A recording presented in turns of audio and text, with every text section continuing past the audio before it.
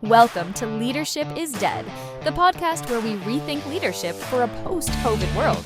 Each week, our hosts Liam Williams and Ava Brown dive into the latest ideas and writings from leadership expert Dr. Neil McIntyre. Join us as we explore practical strategies through engaging conversations that will help you become a better leader. Ready? Here's Liam and Ava. Hey everyone, welcome back for another deep dive with us. Glad to be here. Today we're tackling something a lot of you are dealing with out there. Leading in a remote world. Oh yeah, it's a whole new ballgame. Yeah, and to be honest, some of us are still trying to figure out the rules. Definitely the old playbook isn't working anymore. Exactly. That's why we're diving into this article called Leading in a Remote World by Dr. Neil McIntyre. I've heard of him. Yeah. He offers some great advice for anyone managing remote or hybrid teams. Yeah, especially if you're feeling that pull to go back to the good old days, when everyone was in the office. Right. Like all the time. Yeah, like full time. Yeah. From what I've read, Dr. McIntyre doesn't sugarcoat it. Right. He says that traditional management styles, the ones built on micromanaging and clock watching, those are actually failing in this new world. Totally. I mean, think about it. You can't hover over someone's shoulder when they're at home in their office. Exactly. And honestly, who wants to be that kind of boss anyway? Right. Dr. McIntyre makes a great point. Okay. About the difference between managers and leaders. He sees managers as focused on control, like guarding the time clock. Yeah. While leaders are all about empowering their teams. I like that. Yeah, and that empowerment is really important. Yeah. Especially when you've got a remote team. Let's think about it. Okay. If you're constantly checking in, second-guessing your team's every move. Yeah, are you really building trust? Exactly. I don't think so. And Dr. McIntyre argues that kind of behavior really stifles creativity and innovation. It makes sense. He's like, you've got to trust your people to get the work done wherever they are. Absolutely. Makes sense. Yeah. They hired them for a reason, right? Exactly. They're talented. They're capable. Professionals. Here's where it's interesting. Okay. Dr. McIntyre believes it's time to shift our focus from hours clocked to results. Okay. He argues that in a remote setting, the when becomes less important than the what.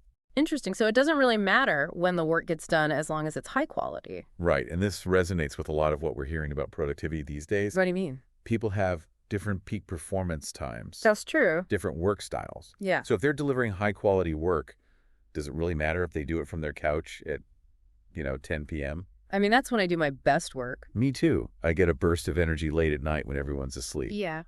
But in a traditional office, that kind of flexibility wasn't really allowed. Right. So Dr. McIntyre is saying, flip the script. Oh, okay. Trust your teams to manage their own time.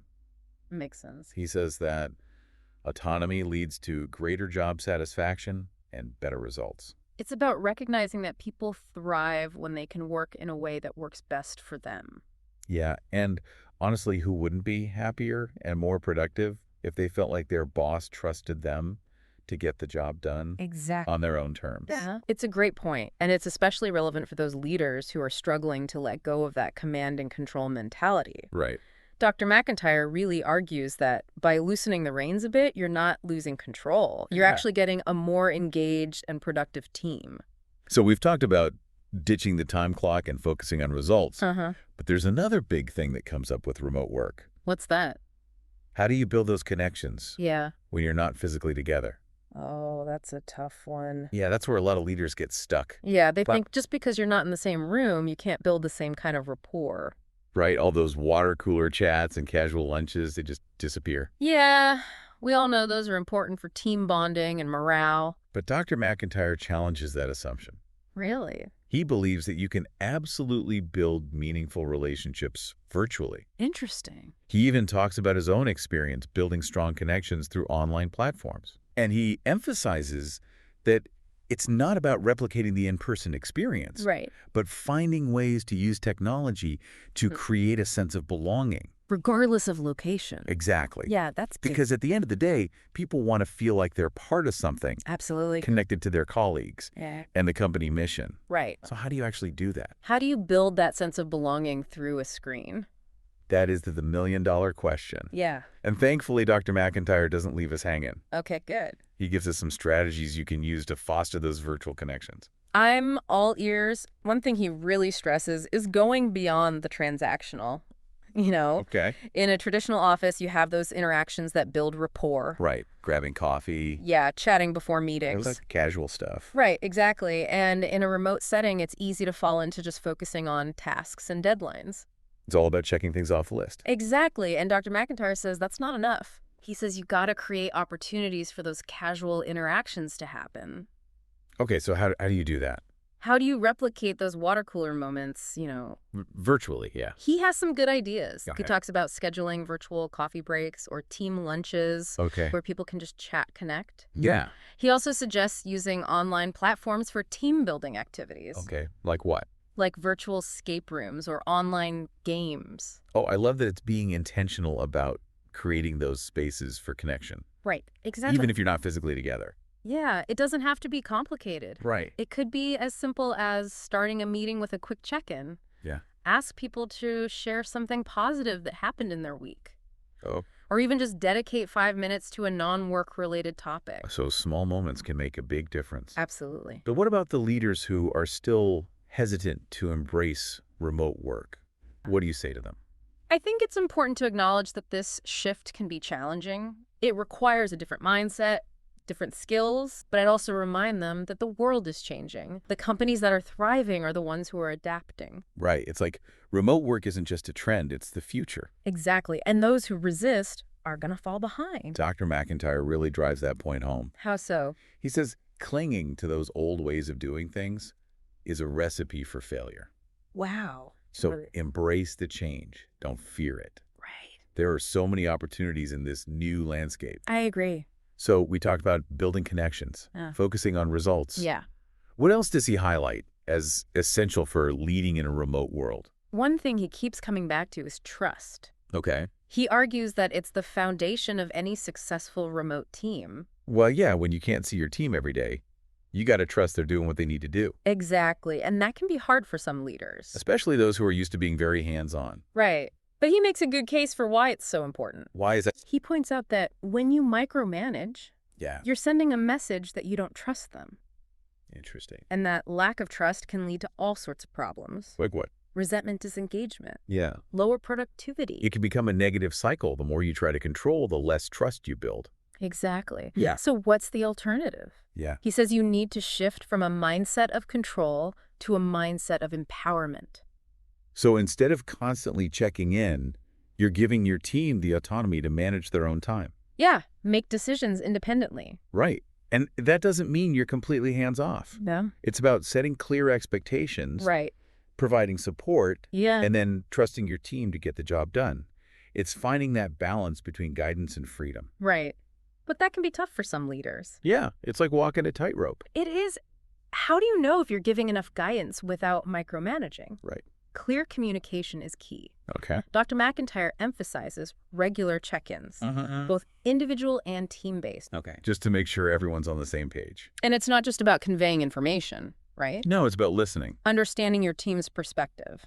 Absolutely. Active listening is super important in a remote setting. Because you're not face-to-face, so you could miss those cues. Exactly. Yeah. You got to pay attention to not just what people are saying, but how they're saying it. Okay, so let's get practical here. Okay. What are some tips for leaders who are struggling to build that trust with their remote teams? One thing he suggests is to be transparent. Okay. Share your thought process, explain your decisions, be open to feedback. So you're showing your team that you trust them enough to be vulnerable. Right. And it creates that sense of psychological safety. Right, where people feel comfortable speaking up. Exactly. Because people are afraid to speak up, you're missing out on valuable insights. What other strategies does he recommend? He talks about recognizing and celebrating successes, even small ones. Right. In a remote setting, it's easy for those wins to go unnoticed. It's like those moments of positive reinforcement you might get in the office. Yeah, like a high five or a pat on the back. Right. You have to be more intentional about acknowledging those achievements virtually. So a quick email or a shout out in a meeting Yeah, exactly. can go a long way. It shows your team you're paying attention, you value their contributions. And that leads to another key point, What's that? feedback. Oh, yeah. He says feedback is essential for growth and development. It is, no matter where you're working.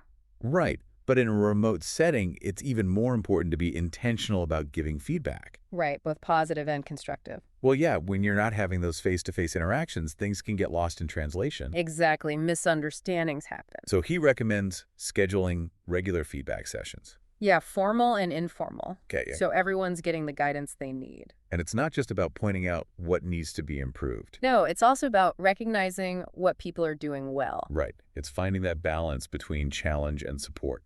Exactly, but given feedback can be tough. Yeah, especially constructive feedback, and especially remotely. Right. Any tips on how to make that smoother? He emphasizes being specific, providing clear examples. Okay. So instead of just saying, good job, or you need to work on this, give concrete examples. So move away from the vague stuff and be more specific and actionable. Exactly. And be timely with your feedback. Okay. Don't wait weeks or months to address something. Right. The sooner the better. Exactly. So it's like a culture of continuous feedback. Yeah, where people feel comfortable giving and receiving feedback in real time. And that open communication is essential for building trust. Right. And making sure everyone's on the same page. It sounds like Dr. McIntyre is really pushing for a more human-centered approach to leadership. I think so. Yeah. Less about control, more about empowerment, trust, connection. Absolutely. And that's what makes his message so relevant today. Yeah. He's not just talking about managing remote teams. Yeah. He's talking about leading in a way that's authentic and ultimately more effective. It's about recognizing that those old rules of leadership don't always apply. Exactly. And those who adapt, embrace vulnerability, and trust their teams will be the ones that thrive. It's shifting from a mindset of managing to a mindset of leading. Absolutely. And that can be tough. But it can also be really rewarding. It is when you see your team flourish under your leadership. When you see them achieve great things. There's no greater feeling. Right. And that's what it's all about, right? Yeah. Creating an environment where everyone can thrive. Exactly. No matter where they are. It's about building a future of work that's flexible, human-centered, and fulfilling for everyone. I really like how Dr. McIntyre frames leadership in the context of remote work. Me too. It's not just about adapting to this new way of working. Right. It's about evolving as a leader. Totally. And, one of the things I find most interesting Yeah. is how he connects leadership to individual passions. Oh, that's so true. Yeah. He doesn't just say, okay, make your Zoom meetings fun. He challenges us to think bigger, Yeah. like tap into what motivates people. Even when you're not together. Yeah. And it's like he's saying, don't just try to copy the old office online. Create something better. Create something that really connects with people. On a personal level. I think that's where the magic happens. I agree. When people are doing work that they're passionate about, they bring so much more to the table. For sure, their energy, their creativity goes way up. And as a leader, you can really encourage that. How so? By understanding your team's strengths and interests. Yeah. And then finding ways to align those with the team's goals. Find that sweet spot where individual passions meet team objectives.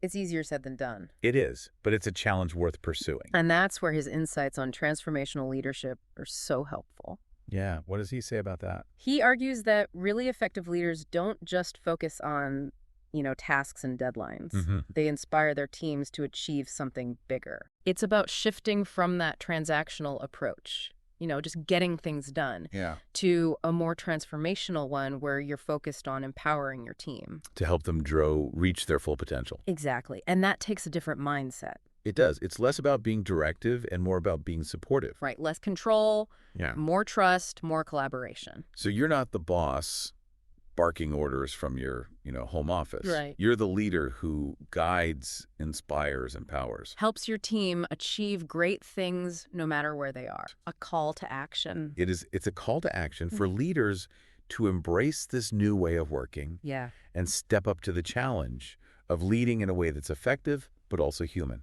I like that. So to wrap up our deep dive into leading in a remote world. Okay. What's the one key takeaway you want to leave with our listeners? Don't just manage remote teams, lead them. Embrace this opportunity to build something better, something that really speaks to your team's passions and empowers them to do their best work wherever they are. Beautifully said. And to quote Dr. McIntyre himself, okay, be the leader who embraces this new era of work, your team, and you will thrive. Great quote. It's something worth thinking about. Yeah. We'll be back next week with another deep dive into a fascinating topic. Until then, keep learning, keep growing, and keep leading. That's all for this week on Leadership is Dead. A big thank you to our hosts, Liam Williams and Ava Brown, for their insightful discussion and analysis. And of course, a special thanks to Dr. Neil McIntyre, whose writings and thought leadership have provided the foundation for this podcast. If you're looking for more information on leadership strategies for a post-COVID world, be sure to visit Dr. McIntyre's website at neilmcintyreconsulting.com. You can also connect with him on LinkedIn by searching for Dr. Neil McIntyre. Remember, leadership is evolving, and it's time to embrace new approaches. Subscribe to Leadership is Dead wherever you get your podcasts, and join us next week for another enlightening discussion. Until then, lead with purpose.